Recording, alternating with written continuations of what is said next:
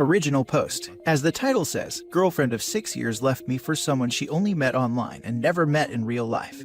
She took everything from our joint wedding account, while I'm busting myself off working 12-hour shifts for the past year to get her dream wedding. Yes, even during this pandemic. Believe it or not, she met the guy playing a mobile dance sort of game, and suddenly told me she feels an instant connection and chemistry that we never had. Can't do anything about the account as it's a joint account, and both parties can withdraw with no problem.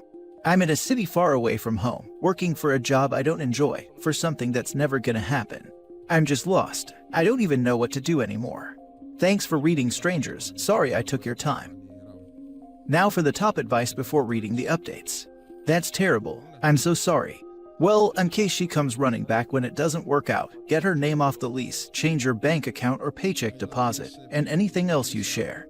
Best of luck. Looks like she saved you the hassle of a divorce attorney.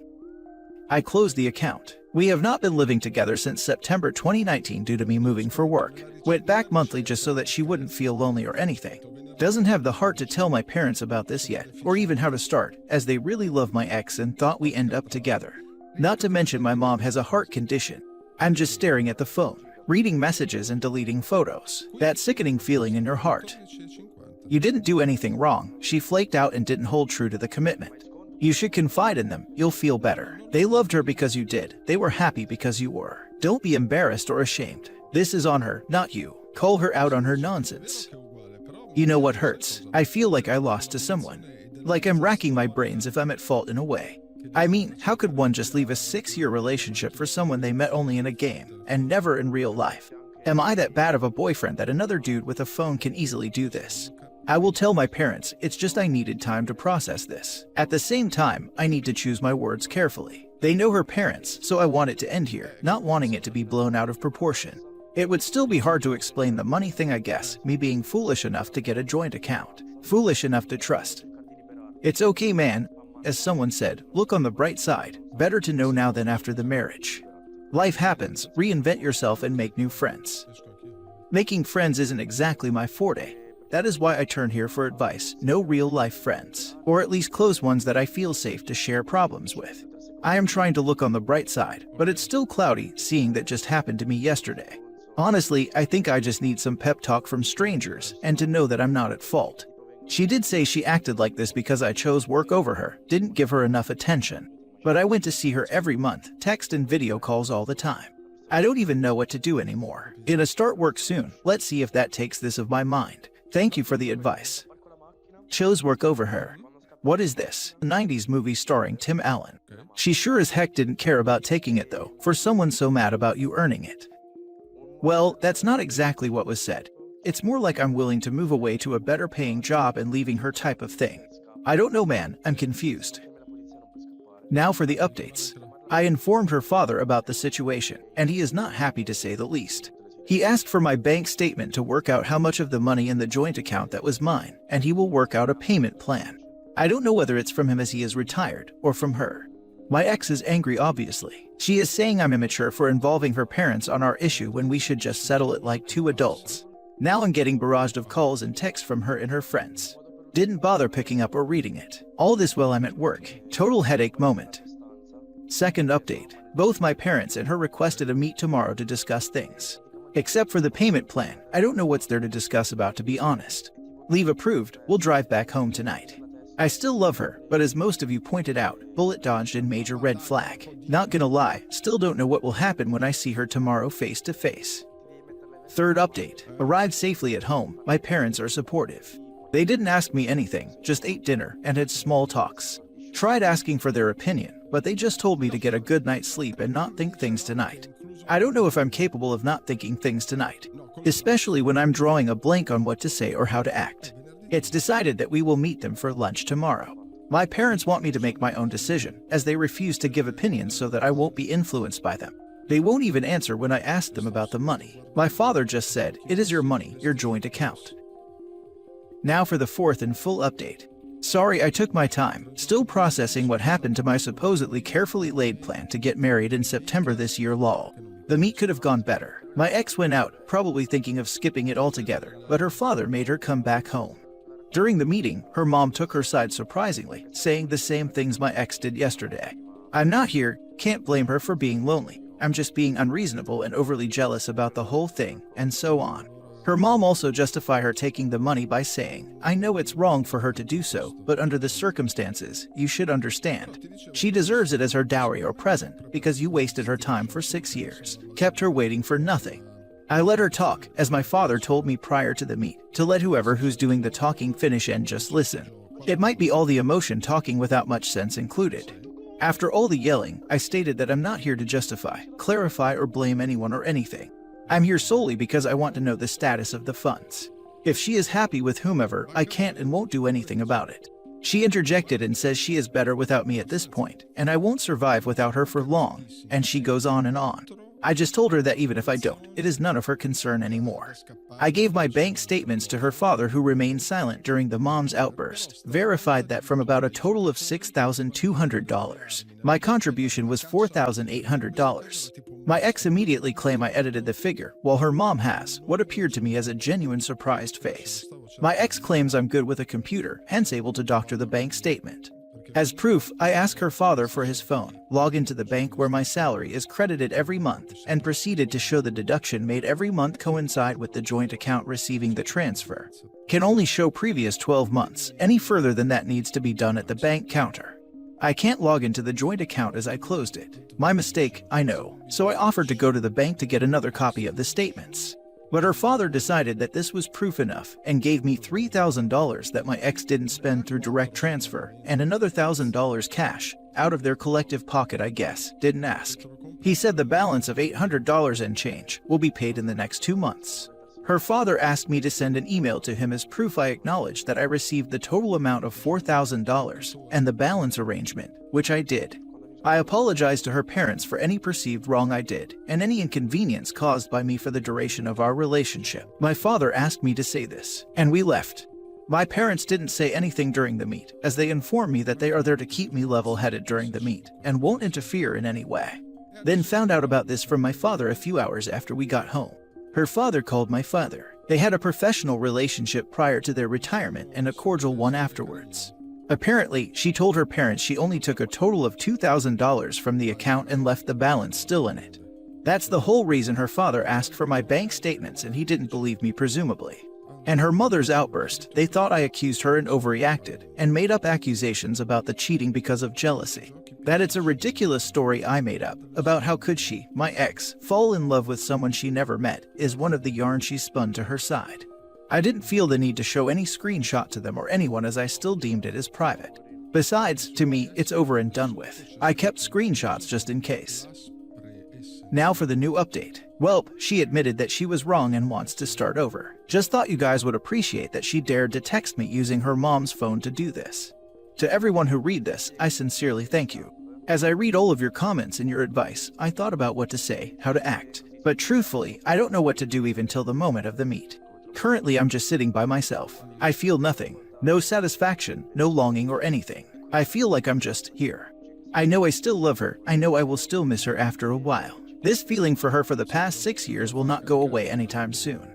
I won't get back with her because, as some of you helped me rationalize, that even if we got back together, whatever happens after this, whether it's really her fault or not, I will doubt her first. And that doubt won't go away.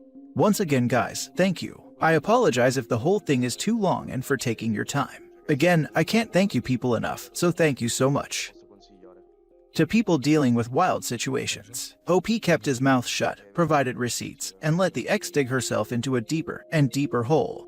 You want to scream and rage, but sometimes just letting the other person out themselves creates a much better resolution than getting down in the mud with them. I'd just like to add, this advice also works for anyone dealing with civil or family court. Let the other person tell lies to the judge. Let them fabricate a story. Do not say a word until it is your turn to speak. When it's your turn, don't tell an elaborate version of the story. Stick to the facts. Don't say the other person is lying. The judge will already know. Show them your evidence and make your speech as exact and concise as possible. Right. People seriously underestimate the value of sticking to facts and providing proof. You get caught up in the emotions of it, and it's easy to start talking over the other person or calling them a liar. It's too easy to do. It takes practice to calmly deal with these situations. Almost 5K. Damn right I'd want that back. It could have been $500 and I would want it back. My ex and I dated for 6 years, talked about getting married in the whole 9 yards, went ring shopping at a very nice jewelry shop owned by a family friend of ours, and got a custom-made ring for about $10,000 that was exactly to her specifications. Ring came in about a month later, paid for it and picked it up. Had the whole plan down to propose, with her friends and family close by to celebrate. The day before I'm going to propose, she dumps me out of nowhere. Admittedly, I had a few problems about a year before with not taking care of myself and my diabetes, and when I admitted it to her, we developed a plan together for me to improve. I improved a ton over the following year, but when she broke up with me, she told me she had been kind of planning it since that admission despite my improvements. Had to return the ring and take a $4,000 loss on it since it was custom, and not one of their normal rings. Still pretty bitter about it. Next month I'm in one of my good buddies' weddings who is still friends with her. We all went to high school together and she's going to be there, and I assume with her boyfriend. I had heard through the grapevine that she's dating someone, but don't look at her social media or anything. Gonna be really interesting. OP's parents, especially his father, gave him good advice. It's amazing to see how parents can be supportive and still not try to steer things one way or another. And great for the OP being level-headed through a very tough time. The ex-fiancé let a really good one get away. She'll eventually be sorry. OP has a good head on his shoulders. Agreed on the ex, though how she managed to maintain a relationship with someone whose maturity far surpassed hers is beyond me. She claimed he was being immature, while she suddenly dumped him for someone she barely knew online. Lied about the situation to her parents and friends to make herself look good or justify her stealing money from OP, and used the friends she lied to harass OP after the breakup. Such a great example of maturity she is. Now for the last story. I left my wife because I'm sick of everything needing to match her aesthetic. I know it seems like a dumb thing to end my marriage over, but after dealing with this for so long, I'm finally done. My wife and I are both in our 30s. We have a daughter. My wife has always been pretty into appearances, but it was never that bad. She just wanted things to look nice when people came over. Then she started an Instagram page for moms and got a massive number of followers, about 400,000 since our daughter was born. Ever since then, I feel like I don't live in a house. I live in an Instagram photo shoot. There can't be any proof that we actually live here. My wife stresses so much about things looking good that she doesn't actually enjoy the moment. She started a fight with me right after our daughter took her first steps because I had put my drink down on the table behind her, and it's all she could see, and how she'd need to edit it out of the video. She called me a selfish prick for putting my drink down on a coffee table to watch my daughter take her first steps. Our daughter's bedroom is just a mass of beige and cream. There's barely any toys in it, which was fine while our daughter was small, but now she's getting older. My wife refuses to buy her any toys that don't match her aesthetic. My mother took my daughter to the store and let her pick out a toy. She picked out this dollhouse from this show she watches. She got all of the dolls and furniture, and my wife told her she had to keep it at my mother's house because there was no place for it at home. She absolutely had room for it. My wife is convinced I'm leaving for another woman, that I'm having an affair, etc. But I'm not. I just can't keep feeling like I live in a museum, where I can't touch or move anything. I can't even build a blanket fort with my kid, without my wife flipping out that they're decorative blankets that she had folded a special way. I'm not going to force my daughter to live in an aesthetic. Editing in, I've tried to encourage her to seek professional help, but she insists this isn't a problem and she doesn't need any therapy. Now for the comments. I would say you are not leaving her because of her addiction to her aesthetic. You are leaving her because she is selfish and obsessed with all that social media nonsense, to that point where she puts that nonsense over her family. Good choice, bro. Any mommy blogger with a massive following is already putting themselves ahead of their family, and especially their kids in my opinion. Those pages are crawling with pedos. After watching it Mom Uncharted on TikTok, I'll never be able to look at mommy bloggers the same. Literally moms selling photo sets of their young daughters to their 80% male followings. I would divorce her too. I don't see how they don't see themselves opening the door wide open for pedos. YouTube had this issue of people putting up or sharing videos of their daughters doing gymnastics in their uniforms. Besides being jerk-off fodder for the pedos, these parents don't understand how even the smallest thing can be identifying information. Your daughter is on the gymnastic team, and the uniforms have these colors. Welp, a couple Google searches later, and someone is within spitting distance of your kid's school district. I'm not making this up either. I used to be on a dating website, and a woman my age at the time had posted a selfie for her profile. From her lanyard, polo, and the amount of natural light, I could fairly well assume where she worked and around what shift.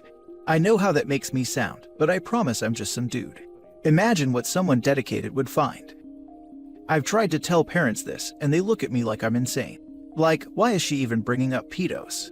It doesn't even cross their mind. And it blows my mind because a lot of these parents are millennials who grew up with the internet, knowing not to share their name or address with strangers, yet post public pics of their kids with location tags every day.